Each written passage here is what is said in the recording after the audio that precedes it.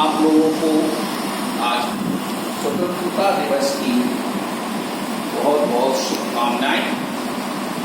आज हम 4 एक्सरसाइज शुरू करेंगे और इसके बाद 5 हो जाती होगी आपकी एक्सरसाइज पेपर में 5 आएंगी, जो भी पेपर आपका 20 से 25 तारीख के बीच में शुरू हो जाएंगी।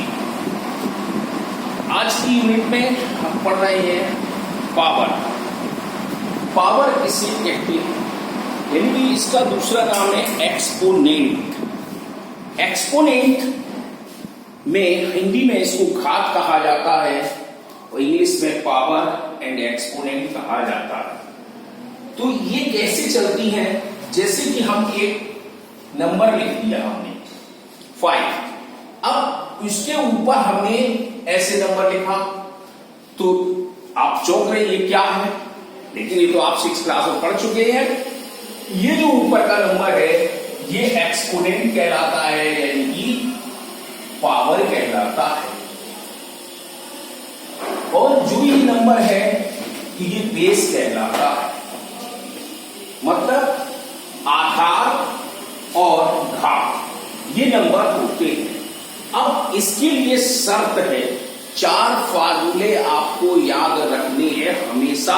ये जब आप 8th में जाएंगे, 9th में जाएंगे, 9th में भी आपका ये 5 नंबर के क्वेश्चंस आते हैं पेपर के अंदर। 10th में जाएंगे तो 2 नंबर के रह जाएंगे और आना कंपलसरी है एक्सपोनेंट वाला, ये ध्यान रखना।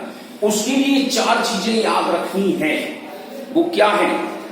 बेस अगर इक्वल है, जैसे कि लीजिए हमने 7 लिख दिया और मल्टीप्लाई कर दिया और ये लिख दिया, तो पहला आपका नियम है, लॉ है, बेस इक्वल है, जैसे देखो 7 बेस है और रिलेशन मल्टीप्लाई का है, रिलेशन इसका मल्टीप्लाई है, तो एक्सपोनेंट प्लस कर दी जाएंगी।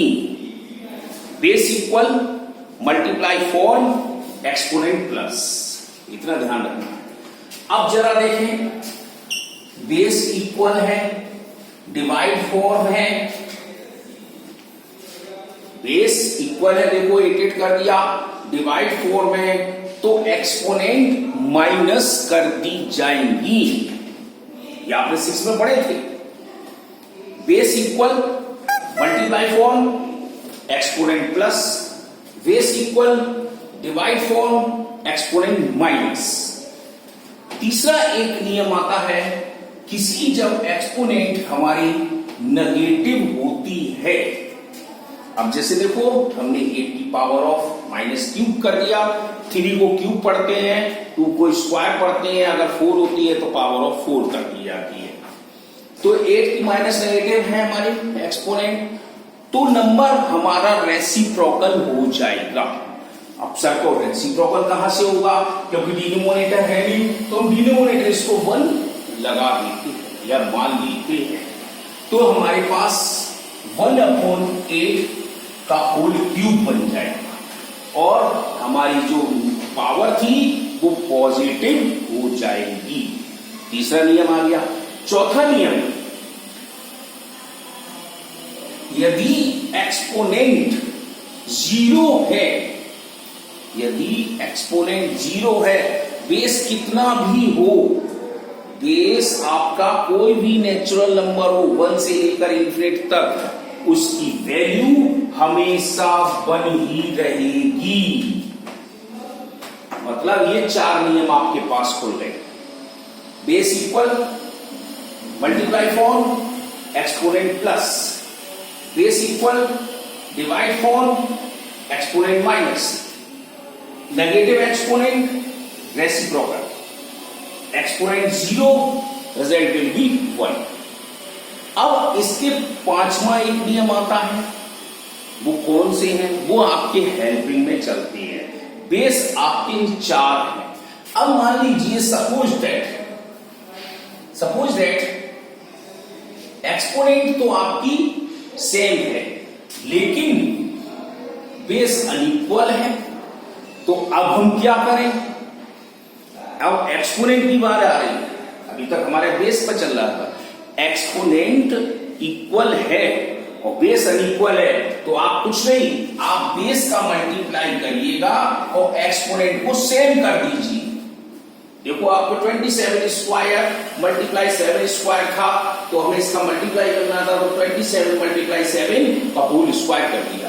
जो एक्सपोनेंट हमारी 2 में थी उसको सिंगल में बना दिया। ये ध्यान रखना है और कुछ नहीं। बस ये 4 नियम अगर आपने पढ़ लिए तो आप समझ गए। अब आगे चलते हैं।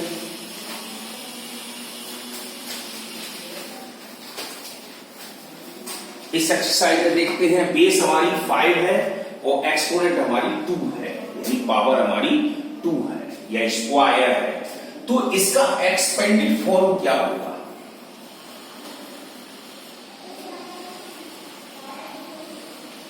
एक्सपेंडेड फॉर्म में जाते हैं तो ये 5 को हम 2 बार लिखेंगे।